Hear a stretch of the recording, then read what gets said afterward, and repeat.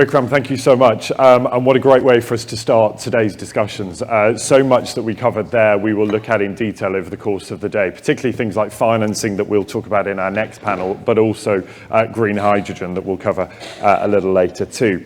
And so they're really clear that we've established what needs to be done. Next, we will examine how that might be done. Crucially, of course, how it will be paid for. Nearly $6 trillion will be needed by 2030 to help developing countries meet their climate targets. There is a huge challenge ahead right now. So how can international financing help meet some of those needs and drive sustainable innovation? To look at that question, I'm delighted to introduce our next panel. With us, Julia Hoggett, who's the Chief Executive of the London Stock Exchange Group, Neha Manaktala, who is Head of ClimateTech at JP Morgan, and also Simon Horner, Director of Strategy and Public Affairs at the Green Finance Institute. Please welcome them.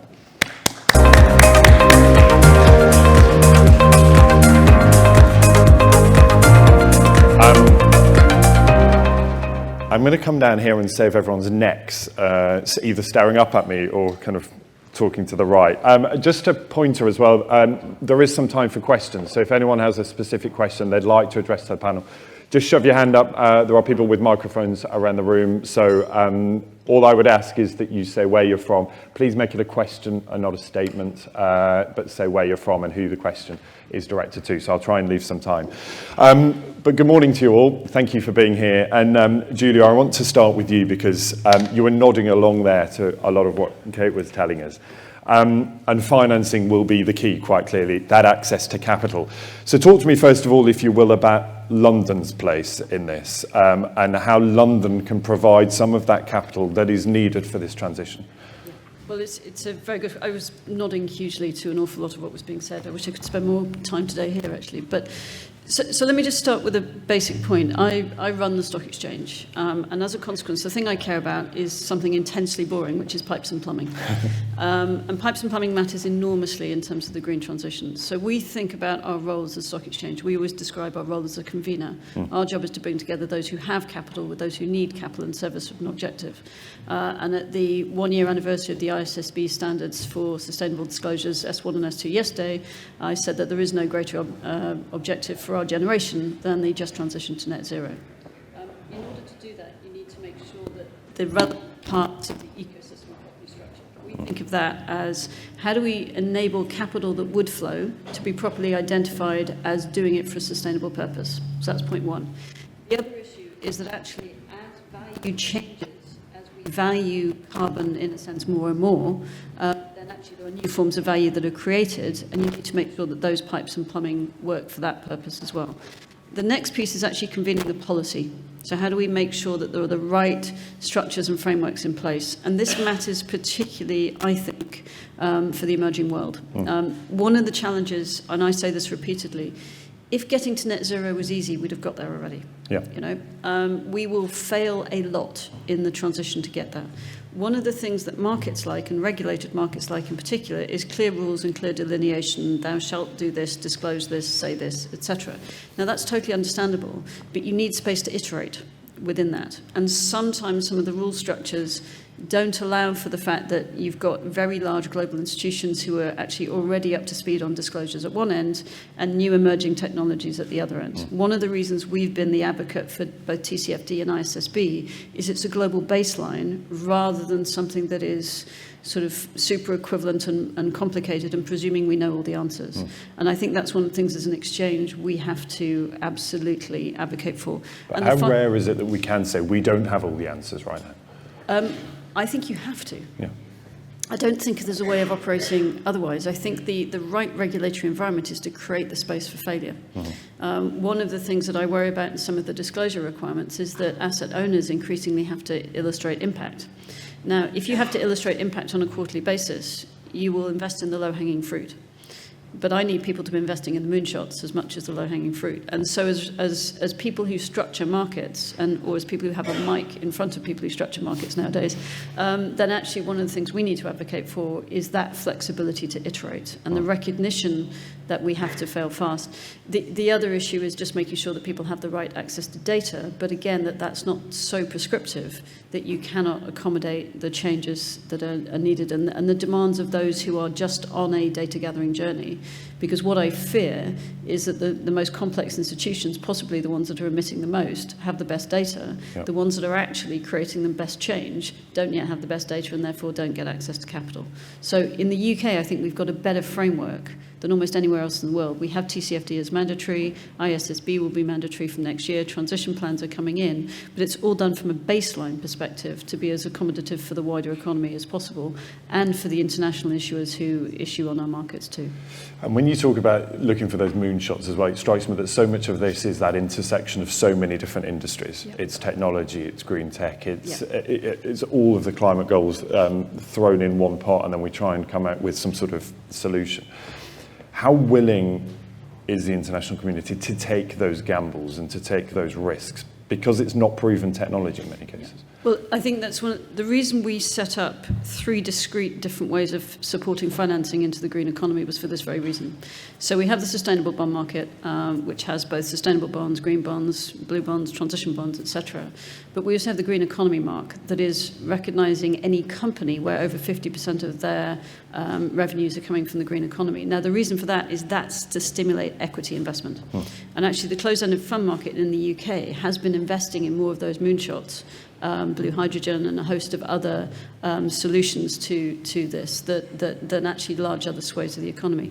The other bit is we set up the first voluntary carbon financing market anywhere in the world 2 years ago to be ready for when, in a sense, everybody catches up. Yeah. Because if you think about voluntary carbon credit, the challenge was not trading them. The challenge was the creation of the investment into the projects that generated the carbon credits. So we created the world's first financing market to do that. And the idea there is that you can invest in technology that could be absolutely game-changing, does create a co-benefit, may not yet be economically viable, but we've given you the mechanism to do so. So our job is to be there and ready to create these exploitable mechanisms wherever we can. And actually the pipeline for both the green economy mark and for the voluntary carbon market, not just in the UK, but from companies all over the world, and particularly in the emerging world, is growing and growing. And my vision for the voluntary carbon market is actually the mechanism by which countries in the global south who have large carbon assets actually can, or carbon positive assets, can actually monetize them. Yeah. And we can do something we haven't done for a very long time. And I've been public about this for a long time. The global north has been very good at financing the global north. It's not been very good at financing the global south. Yeah. And this is one of the first opportunities we have to unlock that flow of funds as well. I want to talk about that some more in just a moment, but let's bring in Neha at this point. And you know, we talk here about climate tech, and I think it'd be really helpful for us all at this stage to define what we mean by climate tech, because it's not just decarbonisation, it's not just sustainability targets. What is your definition of what climate tech involves? We think about climate as almost every sector of the economy as it goes through that sustainable transition. So everything from built environment to the industrials to EVs to carbon markets, solutions which are across data analytics, mitigation, adaptation, resilience, and tangentially also looking at nature, biodiversity, and then increasing the water. And my role is focusing on JP Morgan's innovation, climate tech solutions, which we are either customers for, and we want to partner and use a balance sheet to invest. And so particularly our focus is that intersection of climate and finance, which Julia touched on briefly, things like carbon markets, green commodities. And the lens we take is how can we develop the market infrastructure to help these solutions scale and get it to our customer, to our corporate clients, to our institutional investor clients. We are, as an institution, we've done a lot of our own decarbonization through our sustainability teams. And we're large buyers of things like engineered carbon removals. We've participated in Frontiers Buying Coalition. So teams like ours, and our perspective is how do we actually use that learnings for markets that are hugely complex to we're one of maybe 10 buyers in the world who understand really complex markets. We have paid a premium in part in some of these areas. How do we actually scale that up? How do we embed it in our payments infrastructure? How do we collaborate with other institutions, other banks, and actually thinking about building that market infrastructure? So ClimateTech solutions are everything from sustainable finance, the intersection of climate and AI as we see LLMs being deployed across things like green bonds, trying to get that standardization in place, trying to read documents, whether that's project finance documents or energy documents, and trying to get that standardization.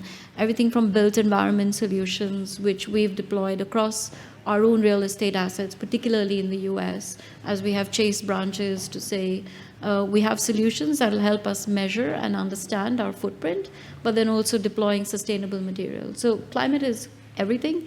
We need to figure out what is actually the focus that will help us for the next few years and then into the future as we get into the hands of our clients. Simon, let me bring you at this point too. Good morning. I was looking at a speech made by your chief executive talking about the systemic risk posed by climate crisis to specifically financial services, saying it requires decisive action. Just make that link for us between the climate crisis and financial services, if you will. Yeah, happy to. Thank you. Yeah, so I think the point around systemic risk is, I mean, there's two things going on in the way we think about, I think, regulating financial services. One is kind of that policy risk piece. So financial institutions pay really close attention to the way regulators and policymakers see the world. And certainly in the UK, we've got a very progressive central bank who's been thinking very carefully for a long time, and I would argue has led the debate on climate risk, certainly with stress testing and so on. And then the other part of it, and one might argue the more important part of it, is the actual sort of physical risk to portfolios in financial institutions, and that's where climate will actually degrade value in the businesses that you invest and lend to. So whether or not policymakers are regulating or not, if you don't manage your infrastructure, say you're setting up new factories or building supply chains which are likely to create, say, water shortages in the next 10 to 20 years, it doesn't matter what any government thinks about regulating sustainable finance. It matters that you'll run out of water, you'll lose any kind of political mandate from the local community because you've degraded the environment. And so it's bringing together at the right pace that relationship between the policy making process and the physical risks that we're already starting to see. And I would argue what's missing and what we need to do more of is getting financial institutions to make decisions based on the physical risk and the impact on their bottom line, as opposed to just making decisions based on regulatory compliance. There's only so much that regulation can do here. At some point, it needs to be not the tail wagging the dog, which is an exercise in building big sustainability compliance and disclosure teams, and actually getting the C-suite to take it much more seriously and making investment decisions accordingly. How convinced are you that that message has got through, that conversation is being had? I think it is being had. I think we're probably more in the policy and compliance space than we are in the commercial decision-making space at the moment. I think one way to unlock it, though, is to think about ultimately what the upside is for investors. And so this whole thing shouldn't be a compliance exercise. This whole thing should be about opportunity. And so Julia mentioned that the Global North is really good at financing the Global North, which I think is true. And so if you take the 130 trillion that was notionally committed under GFANZ, that's really a global north to global north play. That's how can we make mostly listed companies in the global north even greener, which is not a bad thing to do, but it's not going to move the needle on climate. And if you're chasing higher returns and you're willing to take on more risk, albeit in partnership with government, then you'll have to look outside the global north anyway. And I think that's the step change, is developing that opportunity side, and that's how you'll get those decisions to be commercial and strategic as opposed to purely regulatory. Yeah, and Julia, you're nodding along with all of that. What do you make of that? Well, I totally agree. I do think there are certain nudges that become pushes in the back, which are essential. I think it's a de minimis requirement that you've got the right regulatory framework. I also do think we need to move much more towards people saying this is the right thing for my business for the long-term sustainability of it. I'm seeing more of that. Right. So more of the FTSE have science-based targets that they are committed to. We actually, at the Exchange, have created a Chief Sustainability Officer network, actually for people to share good practice and learnings, because these are corporates that are in the weeds of managing these issues and making sure that they are at the top table. And an increasing number of the CSOs are sitting on excos of these companies and are starting to drive the commercial decisions. So we're seeing that in real time. I also think that governments and regulators can be quite tactical about where they invest and where they don't.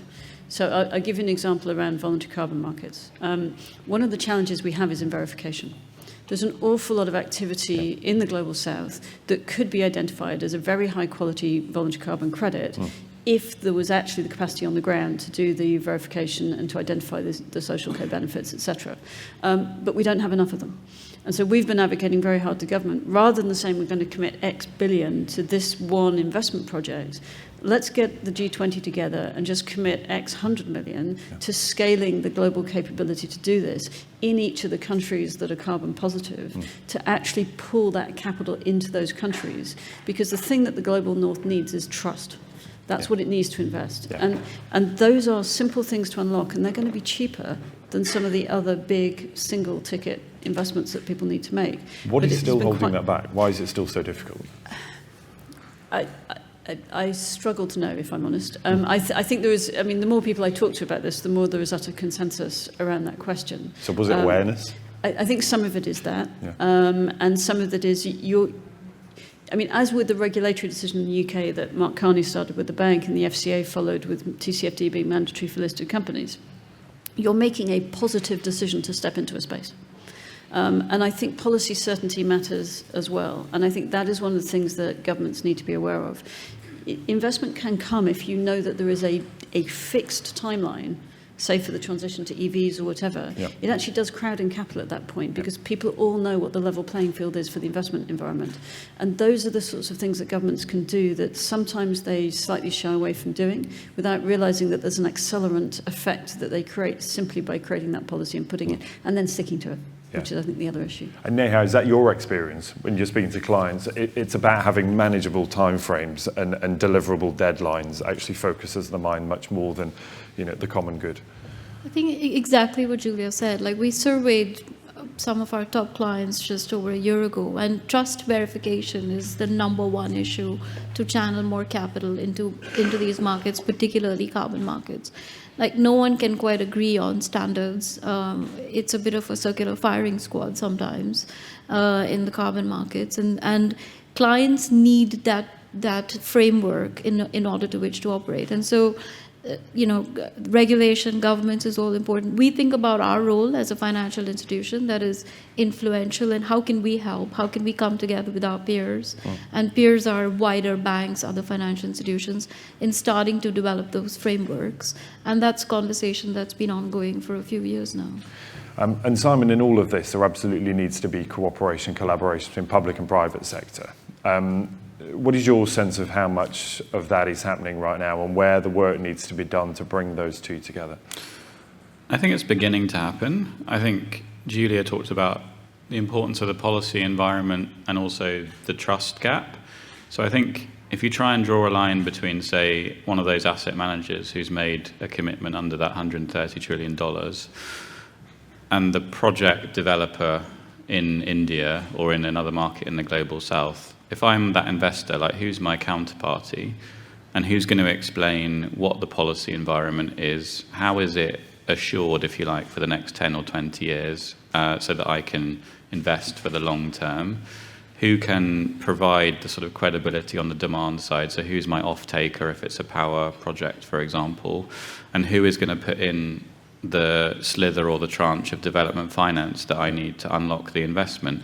Now, the good thing is that all of that exists somewhere, but if I'm an investor, I'm not going to be able to navigate it. The friction costs are simply too high. So we need new mechanisms to bring all of that together under one roof, new institutions, so that I basically, if I'm the investor in the global north, I have one counterparty who can say, this is the enabling environment, here's your PPA, here's a slither of blended finance, and then the capital will start to flow. And the other point I wanted to make, just on technology in particular, is the really important role of public capital. So public capital invests in first-of-a-kind technology, and there's a perception that that must be dumb money because they're investing where no private sector investor is deploying capital at the moment. But the question I'd ask is, what does that public capital provider know that the private sector doesn't know? What they know is exactly what I've just said, which is what is the policy environment they're investing behind, what is the business model that that government itself has designed, and who is the off-taker, who is the guarantor of that off-take agreement, all of that stuff. The government is in a much superior position to know that. So they can take on all of that first-of-a-kind risk. And if they do it strategically, not only can they make a return in funding that first project, but the next 9 projects can then be financed by the private sector. And I think that's the unlock that we need. Quickly on those institutions that you said don't yet exist, what would they look like? What would that sort of institution be? Where would it be located? How would it work? So I think what you need is an institution that's credible for both governments. So government will need to kind of invest or even divest some of its sort of powers and credibility into an institution to say, we will sort of advise you on the enabling environment. This is what you need to unlock private capital. And then that institution needs to have basically the commercial skill sets that will allow it to interact with the private investors. So it was beginning to take shape very informally under the JET-P process, but that was kind of very intermittent and not a sort of permanent institutional solution that a private investor could back.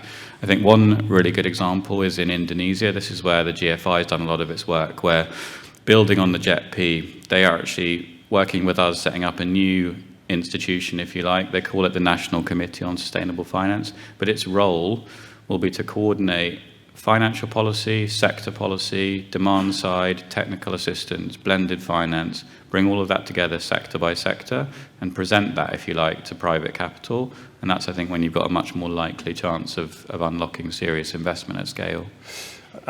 Neha, is any of this going fast enough? Because we talk about deadlines, we talk about the climate crisis, but it strikes me all of these institutions, all of this regulation, all of this transparency that we talk about takes time to enact. Are we going fast enough to meet the targets? Definitely not. We're not deploying capital fast enough. And you know, as we've discussed several times, including, you know, in the morning at our breakfast meeting, like, the capital is there. It's a question of how you deploy it and what is. There are a balance of shareholder needs that you need to meet in order to deploy that capital. And the question is how you assess these risks on some of these projects. The biggest dialogue that we have at JP Morgan is how do you fund the transition? How do you bank projects that are not bankable? And how do you get that through? And so that comes with everything that Julia's mentioned as well, which is that standardization, you know, of the regulation, but it is definitely not going fast enough. And Julia, a final thought from you on, you know, where is best practice? What does best practice look like? Because we're here at IGF. You know, what does India's regulatory framework look like to facilitate that flow of capital? What needs to change? Well, as a former regulator, I make it a habit not to tell other regulators how to do their job. They're in Dragon's Light. But I'd say there's a broader point. India has a very significant financing need. Just, I think it's 2.5% of GDP in green financing just up to 2030, and then it moves into trillions for the energy transition as we get towards the target for net zero. And therefore, I think the key question is, as we get and accelerate towards that global sense of what the standard is, the more we're thinking about these as global financing markets, the better. I was reflecting on it just now in terms of the question you had about pace. One of the things I worry about where regulation is too didactic, as it were, is it presumes you already know the answer to the question, and we don't. But the slower we go now, the more ambitious we need to be, and the more focused on moonshots we need to be thereafter. And that means as much globally distributed effort as possible, which means that we also need to be making sure that there are global financing markets and global flows of capital. One of the things that we're actually going to do at the end of this year, or September of this year, is bring together an India Clean Energy and Climate Transition Finance summit at the Exchange to showcase some of the Indian companies that are doing remarkable things to try and crowd in some of that capital. But I think we have to do that on a global basis. And any good idea is one that we kind of all want to have the capacity to back. I think sometimes where markets think of themselves as closed environments, you minimize the chance of that cross-fertilization. So I think actually opening up more of an opportunity for Indian companies to get capital, and therefore the support, the sponsorship, and the feedback from global investors in this ecosystem is probably one of the biggest shifts that needs to happen. Really does feel like seeing is believing, doesn't it, as well? Thank you. Our time is up, but thank you so much for being with us. Ladies and gents, please put your hands together for Julia, for Neha, and for Simon. Thank you. Sure.